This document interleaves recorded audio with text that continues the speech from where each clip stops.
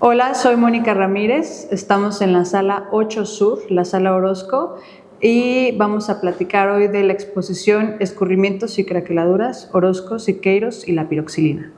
Hola, ¿qué tal? Antonio Aguirre, conservador aquí en Museo Cabañas. Estamos en la sala 8, también conocida como sala Orozco, presentando algunos aspectos de la exposición Escurrimientos y craqueladuras, Orozco, Siqueiros y la piroxilina. Hola, soy Montserrat Gómez, soy profesora de la Escuela de Conservación y Restauración de Occidente, parte del equipo de análisis de imágenes fotográficas y radiográficas, y estamos en la sala Escurrimientos y craqueladuras, Orozco, Siqueiros y la piroxilina. Hola, soy Diana Quintero González, soy docente de Química Aplicada a la Restauración en la Escuela de Conservación y Restauración de Occidente y estoy en la sala Escurrimientos y craqueladuras de Orozco y Siqueiros y la piroxilina. La piroxilina es un material, es un recubrimiento sintético derivado de la nitrocelulosa que se utilizó originalmente o se formuló originalmente para recubrir metales y otras salidas industriales. En el año de los 30, en 1936 particularmente, hay un auge de este material. Es en el taller experimental Siqueiros donde este material se vuelve un material de suma importancia por sus particularidades en cuanto a los secados, en cuanto a la posibilidad de superponer capas y a sus posibilidades cromáticas.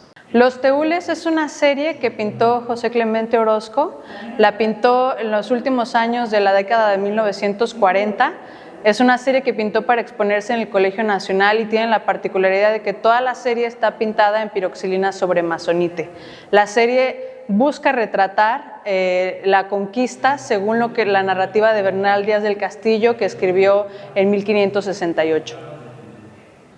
Sí, en el año 2023, la exposición curada por Víctor Palacios, en la que se toman 5 teúles de los acervos del museo, se hace una primera indagación material en colaboración con la Escuela de Conservación y Restauración de Occidente, y de ahí empieza a generarse una beta de investigación o primeros acercamientos hacia poder comprender la técnica de la piroxilina de Orozco en términos de materialidad. Y bueno, contestando la segunda parte de la pregunta de por qué es importante este material tanto para Orozco como para Siqueiros, creo que tienen 2 razones distintas. Primero, para Siqueiros el material es importante porque Siqueiros decía que para hacer pintura moderna habría que utilizar métodos modernos, o sea, materiales modernos. Y Orozco, creo que su línea viene de otros lados. Por ejemplo, él siempre estuvo reflexionando mucho sobre los materiales. Tiene una carta que revisamos para esta exposición, una carta que mandó a Justino Fernández donde explicaba todos los métodos de pintura que él consideraba aptos para el muro, porque hay que saber, tanto para Orozco como para Siqueiros, el bastidor representaba una manera de pensar el muro. O sea, ellos experimentan en bastidor para pensar el muralismo. Entonces, Orozco se pregunta mucho sobre, por ejemplo, la caseína, el arte mosaico, el fresco a la cal, que es un método italiano, y se empieza a preguntar sobre la piroxilina, la nitrocelulosa, por su capacidad de durar y su capacidad de, como es un barniz, pues era más durable en el muro, eso era la idea, que lo que podía hacer, por ejemplo, la caseína, por ejemplo. Entonces hay una reflexión sobre la durabilidad de los materiales y los materiales modernos y cuáles podrían ganarle al tiempo. Bueno, estos términos se escogieron justamente por ser síntomas de la técnica que nosotros identificamos. Los craquelados o craqueladuras son efectos o alteraciones que presenta sobre todo la obra de Orozco, sobre todo en las piroxilinas que hemos analizado, y la cuestión de los escurrimientos con absorciones, con marmoleados, son efectos que más bien se presentan en la obra de Siqueiros que estamos presentando. Y digo, para agregar allí cómo llegamos a este título, como explicó Toño, este proyecto de la Sala 8 Sur que busca trabajar con la obra de Orozco que pertenece a la colección del Museo Cabañas, ya tenían toda una discusión abierta desde el 2023 sobre las piroxilinas. Estos 5 TEULes que estuvieron en esta sala. Entonces, cuando yo me integro al proyecto, empiezo a escuchar todas estas terminologías, todo este vocabulario de escurrimientos, vertidos, azares, goteos.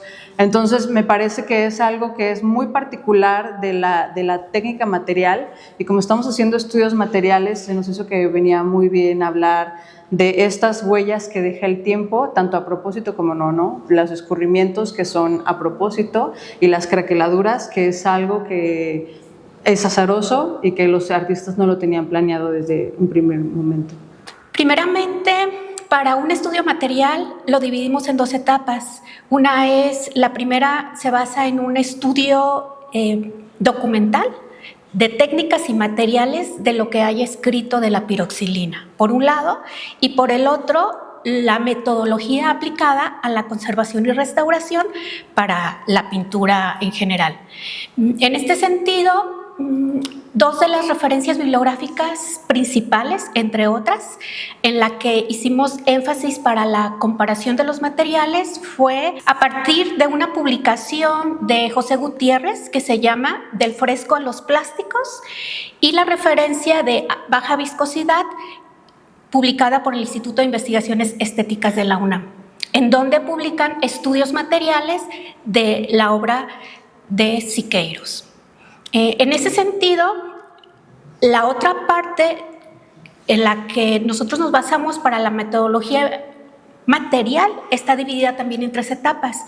La primera se basa en análisis globales, que es incidir sobre la obra sin tocarla, diferentes tipos de iluminación, luz visible, luz infrarroja y luz ultravioleta, con el objetivo de hacer un primer reconocimiento superficial e identificar un primer acercamiento con los materiales.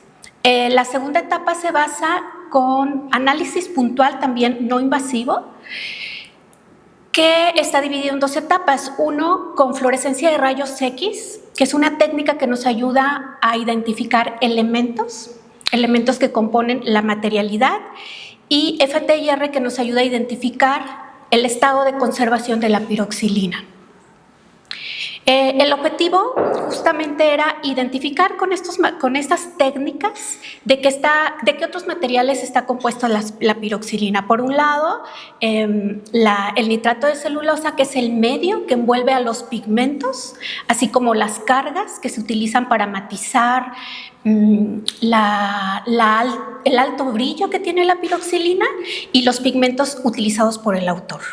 Las craqueladuras entendidas también como una alteración intrínseca de la propia técnica, que quizás en el momento de su aplicación no se presentaron o no se presentaban, sino que ya más bien a lo largo del tiempo las piezas empiezan a manifestar este tipo de alteración.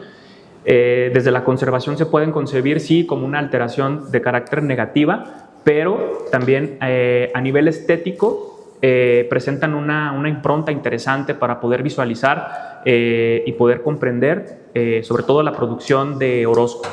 Bueno, esta es una pregunta muy interesante, porque cuando se empieza a hacer estudios materiales sobre la obra de Orozco, que empieza con los otros 5 TEULes, empieza a haber, por ejemplo, muchas preguntas de qué utilizó Orozco aquí para hacer que, por ejemplo, tenemos un detalle que se va a poder ver en esta sala, que es un detalle mate. Entonces se hace la pregunta, ¿qué carga pudo haber puesto Orozco para darle ese acabado mate a un barniz que tiene por condición terminar siendo brillante? Entonces, cuando tenían enfrente esas preguntas, Diana y Montse de la Ecro y Toño empezaron a utilizar y a recurrir a bibliografía que se había escrito sobre Siqueiros para ver qué estaba comprobado, porque Siqueiros mismo lo dijo o porque ya se había estudiado que había utilizado Siqueiros para hacer pruebas con Orozco y poder ahí tener una hipótesis de qué pudo utilizar Orozco para hacer estos acabados en sus pinturas. Entonces, la primera relación que tenemos con Orozco y Siqueiros, ¿no? Primero, Siqueiros utilizamos aquí a Siqueiros como puerta de entrada y base para hacer hipótesis sobre lo que pudo haber hecho Orozco en las pinturas hechas con piroxilina. Dicho esto, las dos obras son muy distintas en cuanto al uso del material, ¿no? Para Orozco, la piroxilina solo era un medio en el que él expresaba, porque él, como le llamaban, un pintor muy gestual, ¿no? Entonces, donde vemos ahí más escurrimientos, más goteos, es en la expresión de las figuras. Y para Siqueiros, el lienzo tenía que ser un campo de batalla tan combativo como las ideas con las que quería dialogar. Entonces ahí vemos también un combate de materiales y una experimentación mucho más grande.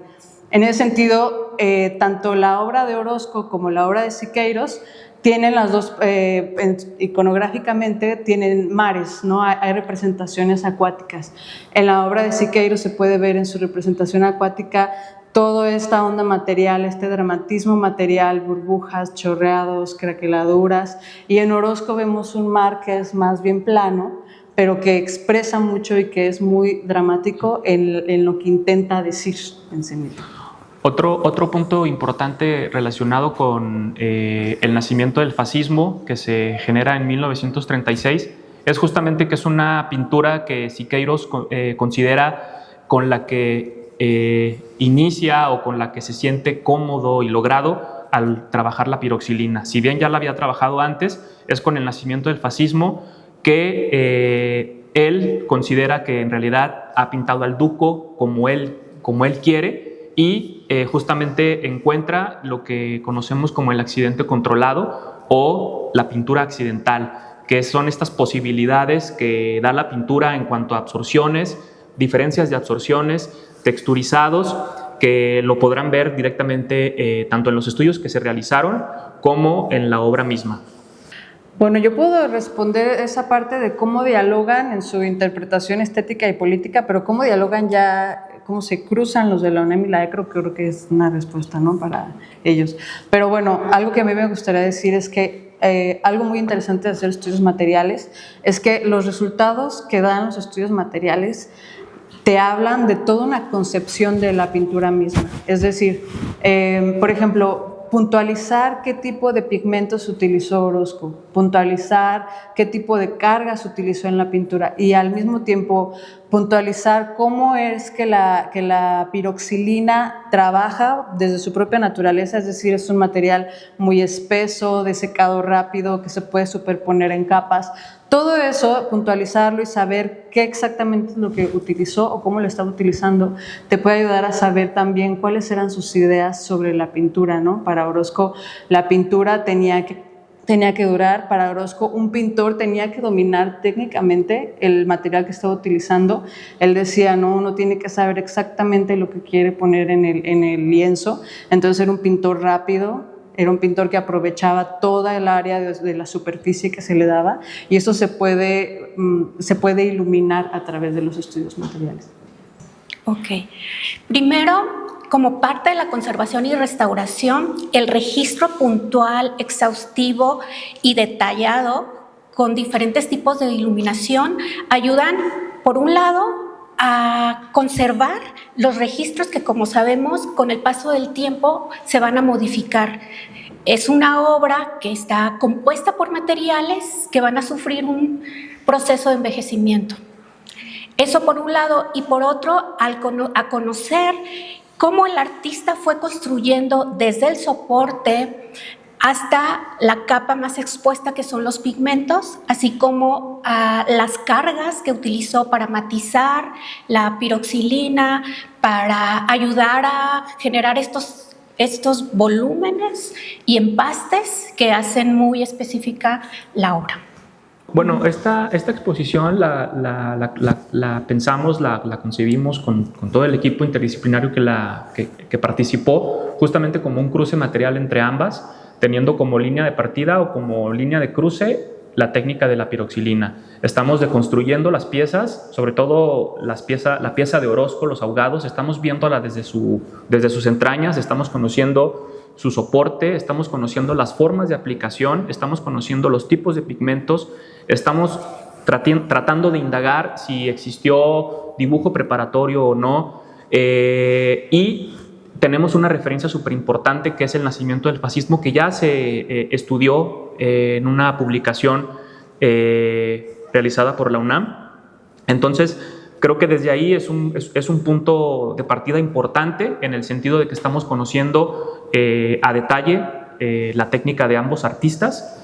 Bueno, particularmente con Siqueiros, gracias al análisis gracias a los estudios materiales, y esto es como comentó Toño, se hizo por la UNAM en una publicación que se llama Baja Viscosidad, el nacimiento del fascismo y otras soluciones, se llegó a encontrar, ¿no? Como Siqueiros tuvo el nacimiento del fascismo en su casa, lo empezó a pintar en 1936 y gracias a estos estudios materiales la UNAM dató su última intervención en 1945 y hay otra intervención ahí en medio, o sea, tiene 3 intervenciones. A mí lo que me parece maravilloso de esta pieza y que es la premisa con la que inicia el libro de Baja Viscosidad es que cuando estás enfrente de la pintura de Siqueiros, estás enfrente de una pintura que ya no puedes ver, porque ya se cubrió 3 veces. Estás viendo la tercera versión de una pintura y fue gracias a estos estudios, estas radiografías, microscopios, todas estas fotografías, que se puede hacer una reconstrucción de cómo se vio en la segunda versión y cómo se vio en su primera versión y cómo cada cambio de versión también habla mucho de un cambio de ideología y de política y de concepción de la pintura de Siqueiros. Entonces esto fue lo que se encontró por los estudios materiales de parte de Siqueiros. Orozco es un caso completamente distinto. Esta serie de los Teules, de la que forma parte Los Ahogados, es una serie que buscaba de una manera muy propia relatar la historia de la conquista.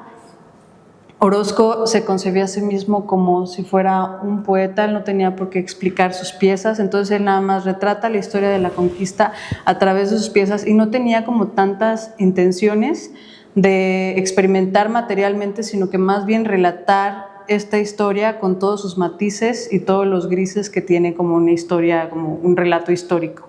Entonces, en ese sentido, los estudios materiales nos ayudan a ahondar en cómo aquí se pueden iluminar sus reflexiones y también nos ayudan a puntualizar, ¿no?, cuáles son sus materiales y quién era Orozco como pintor. Los estudios materiales también, pensando desde el paradigma de la conservación, abonan justamente a este corpus de cada obra, abonan a su antecedente, abonan al reconocimiento, abonan al estudio para futuras intervenciones y también para un conocimiento general de la materialidad propia del artista. Bueno, ¿qué hay de nuevo que se puede encontrar en esta sala? Para empezar, nosotros no tenemos conocimiento de que si esta obra del nacimiento del fascismo de Siqueiros haya estado aquí en Guadalajara antes. Esta es la primera vez que creemos que se va a mostrar. Y que, pues nada más decir, ¿no?, y que para Orozco lo que se va a poder encontrar como una novedad quizá es que Orozco no dejó escrito sobre cómo él hacía sus piezas, entonces lo que está buscando esta exposición es como cerrar ese espacio en el que nosotros no sabemos qué tipo de brochas utilizaba, cuáles eran sus pigmentos favoritos, cómo preparaba sus lienzos. Hay muchas preguntas que se hacen en esta sala, como si utilizó pistola atomizadora como Siqueiros o no la utilizó. En esta exposición también vas a encontrar muchas fotografías de detalles y que pueden ser muy interesantes y que hablan muchísimo sobre sí mismas sin necesidad de ver toda la obra. Es la primera vez que nos acercamos no solamente al material de la piroxilina, sino también a la obra de Orozco. Como bien decía la maestra Diana, tomamos como punto de partida pues estudios que se han realizado o este manual en el que se hablaba de los materiales utilizados en la época. Fue muy interesante ir desentrañando desde el soporte. Orozco utilizó un soporte de amazonite, que es un conglomerado de madera en la que la propia resina por presión es lo que mantiene unido a estas astillas de madera.